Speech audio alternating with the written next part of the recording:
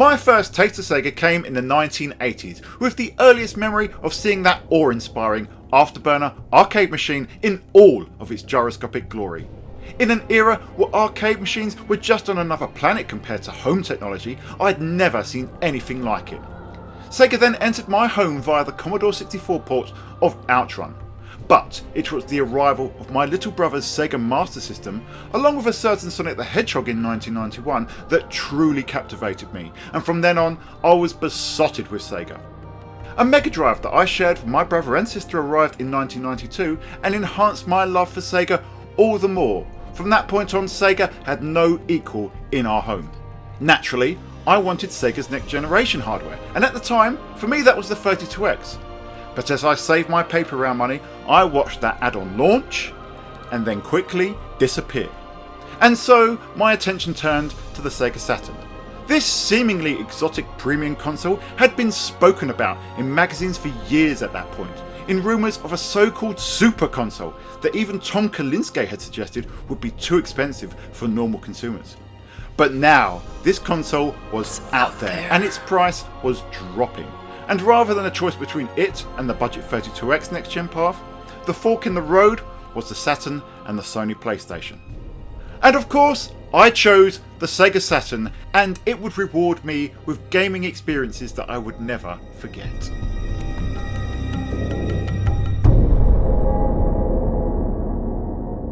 I first played a Saturn on a demo booth in Argos, which is a UK retail store. The game I was playing at the time was Sega Rally, and it didn't quite click with me straight away, but I loved how it looked, how it moved, and I loved the familiarity of the Sega Saturn controller. I'd played a PlayStation for the first time earlier that very same day, and I contrasted Sega Rally with Destruction Derby, and how I felt that the PlayStation pad felt like a cheap third-party Super Nintendo controller. Now, this is not a video where I'm going to dunk on the PS1, it's an all-time great console, but I'm trying to give you some insight into my teenage mind at the time. It took almost a year, but in 1996 I took my savings and my birthday money and I made my way to Comet, a UK electronics chain, to pick up my brand new Sega Saturn. The staff in the store at the time tried to convince my parents and I to buy a PlayStation instead, which was an interesting development and something that we may dig into another time. But me, I knew what I wanted, and I walked out with a Sega Saturn, Virtua Fighter 2, Daytona USA and Sega Rally. Words really can't convey what I experienced when I got home. I'd seen Saturn games on TV shows and demo pods, I'd played a number of the original arcade games, but nothing prepared me for what I felt when I brought that console home. Fight! 1, ready, go! You see, the PAL Sega Saturn was indeed marketed as a premium device, and as such, it dispensed with the RF cable, instead opting to be packaged with a full-blown RGB SCART adapter. My little old bedroom TV had no such port, so I had to hook my Saturn up to our 32-inch widescreen living room telly. Immediately, I was absolutely blown away.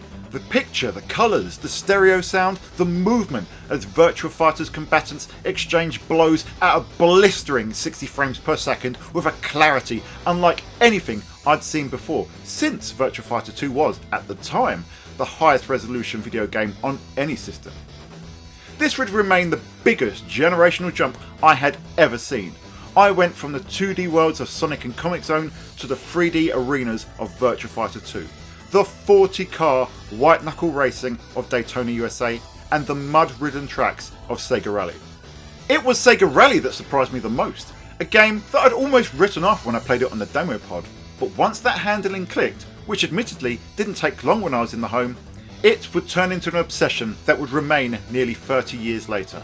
But I'm getting ahead of myself. With what little funds I had remaining from this bundle, I bought Nights into Dreams. This was a no-brainer for me, as someone who loved Sonic Team's Mega Drive output.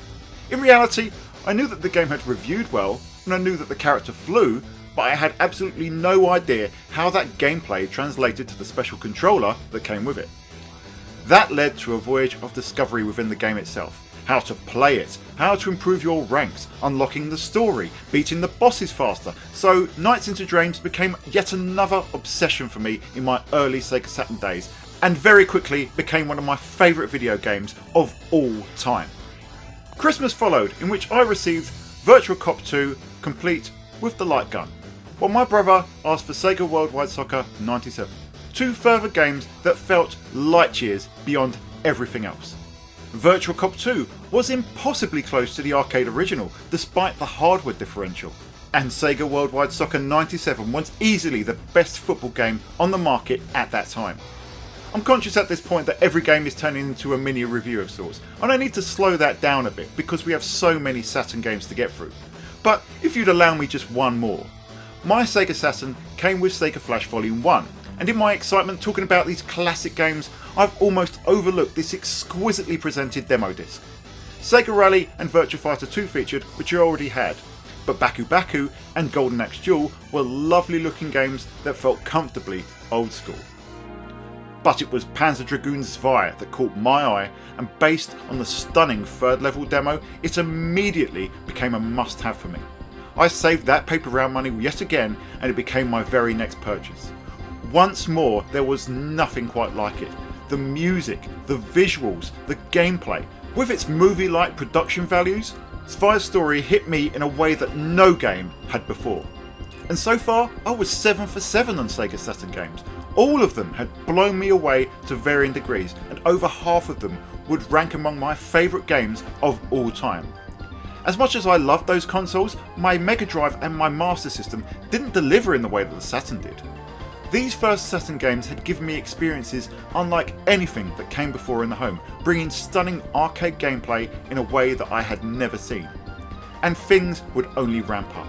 It was early 1997 when I discovered Sega Saturn magazine and the wonderful Sega-fueled exuberance demonstrated within that magazine, headed up by Digital Foundry head honcho Richard Ledbetter, which had me hooked and feverishly looking for the next games to add to my burgeoning library. The tantalising samples provided by their demo discs, and to a lesser extent Sega Saturn Power, meant that I had a seemingly unending list of titles I needed to get my hands on. Dragon Force followed, Athlete Kings, Virtua 1 and the Zelda-like adventure Shining Wisdom. They were all early highlights amongst solid third-party software such as Firestorm Thunderhawk 2, Victory Boxing and an excellent port of Loaded. As far as third parties were concerned though, Capcom were the absolute MVP with the masterpiece that is Street Fighter Alpha 2. When Final Fantasy VII hogged headlines in the gaming press, I found Shining the Holy Ark, a first-person RPG that absorbed me for months on end and became one of my most treasured experiences in the genre on any system. Outstanding ports of Duke Nukem 3D and Resident Evil also joined the fray, and this was rounded out by the absolutely sensational Fighters Mega Mix, which launched in 1997, the incredible mashup of Virtua Fighter 2 and Fighting Vipers that felt like the ultimate fighting game. It was late 97 when a friend of mine was asking if I was getting a Nintendo 64, to which I said I was perfectly happy with my Saturn. He then asked if I'd played a game called Guardian Heroes. I recalled the name. The game sat at number 96 on the Saturn Power Top 100, but my friend said it was one of the best games he'd ever played, so I picked up a copy, second hand, and found not only one of the greatest scrolling beat-em-ups of all time, but an absolutely astounding multiplayer classic. When a bunch of my school friends and I decided to meet up to play GoldenEye on the Nintendo 64, I brought my Saturn, a copy of Guardian Heroes, a multi-tap, and a bunch of control pads. And the Saturn and Guardian Heroes absolutely stole the show, resulting in a mammoth 6-player multiplayer session, sidelining the N64 entirely and creating a handful of new Sega Saturn fans.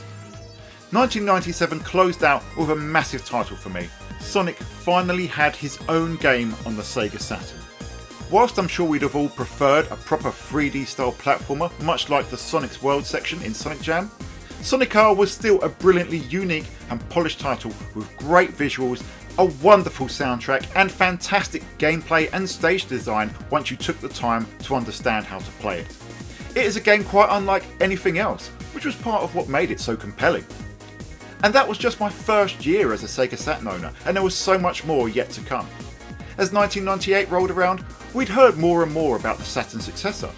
Sega Saturn magazine started featuring more and more import titles, but there were still some incredible games coming to the West. Winter Heat, for example, proved as popular with my friends as Guardian Heroes did, perhaps even more so as we played that game well into the 2000s. In the meantime, the House of the Dead delivered a flawed but faithful port of the light gun shooter. Burning Rangers was another outstandingly unique title from Sonic Team, and Deep Fear, which I borrowed from a friend at the time, was an excellent Resident Evil clone, with a twist. Alongside Deep Fear, Shining Force 3 and Panzer Dragoon Saga were the last highlights of the PAL release schedule. I couldn't afford both at once, but my friend and I decided to buy one each with plans to play them both and trade them. A plan that experienced its own share of drama, but that's a story for another time. But in the midst of all that, we had done the most sensible thing a Sega Saturn fan could do at the time. Urged on by Sega Saturn magazine, we got our PAL consoles region modded to play titles from any part of the world at 60Hz. And with that, a new chapter of the Sega Saturn opened before our very eyes. The first stop was X-Men vs Street Fighter, and then its sequel, Marvel's Superheroes vs Street Fighter, combined with Capcom's miraculous 4MB RAM card to give us near arcade perfect ports of these games that no other platform could manage at the time. And while they may have been the tipping point, it was games like King of Fighters, Dracula X, Radiant Silvergun and so many more that kept us playing well into 1999. And it would be March 1999 when we would finally get our Sega Dreamcast. But that certainly didn't mean the end of the Saturn for me. You see, I kept buying titles for the console that had never stopped entertaining, that had given me so many memorable experiences in such a short space of time. It seems astonishing now, looking back, that the console made such an impression on me in just under 2.5 years. Yet, even with its successor in my home, I just never stopped playing it. This pic here, from 2004, shows that the Saturn is still in my setup even 5 years later, and then again in 2005, and once more, sitting atop my original Xbox in 2008. And through all that time, I was still discovering games and picking them up. Despite going through the newer PlayStation, Xbox and Nintendo consoles, I'd still always go back to the Saturn. And that still rings true today, over 25 years on from the last Sega Saturn game released in the UK. I still have the console, or consoles, since I now have more than one, hooked up. I'm still discovering games from that huge library of over 1,000 titles worldwide, and I still play my favourites regularly. Commercial success is indeed an important measure of a console when considering its longevity, popularity and influence, but it certainly isn't the only measure.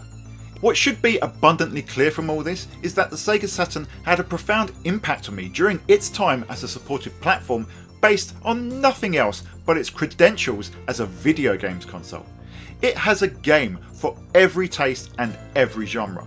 The first party titles were numerous and consistently of incredibly high quality. Where there was third party support, it was usually excellent, especially when it came to 2D powerhouses like Capcom or the geniuses at Lobotomy Software. Even where a title suffered visually next to a PlayStation version of a game, there was usually a thread to hang on to, like the analog controls in Wipeout 2097 or the superior light gun performance in Die Hard Trilogy, or even the extra areas in Castlevania Symphony of the Night. It was a console that won over any friend I had during my teenage years that was willing to try it out. And that's still true some 25 years later, where almost every day it feels like someone out there is discovering Saturn. It's a console kept alive by the frequent homebrew projects such as new games, new mods and translations. It's a console you can now play online thanks to the enthusiastic community who have been updating both the hardware and the software to make it possible. It's a console with quite possibly the finest controllers ever produced, particularly the original Japanese controller, which was perfect for all of those fighting games and shoot 'em ups. The Sega Saturn did it all! It was both of its time and beyond its time. It had firm footing in both the past and the future during the 90s, and while that may have cost it the present at the time, its appeal transcends its era in almost every conceivable way. My Sega Saturn success story is about a console that would remain my favourite gaming device of all time, despite the myriad systems that would come after. It's about finding friends with whom we continue to explore its well of untapped potential, share experiences and relive the timeless classic games that it gave us. But above everything else, the Sega Saturn was a success for one key reason: it was an utterly fantastic video game console. This has been Dan the Mega Driver of the Sega Guys, and we will see you on the Sega side.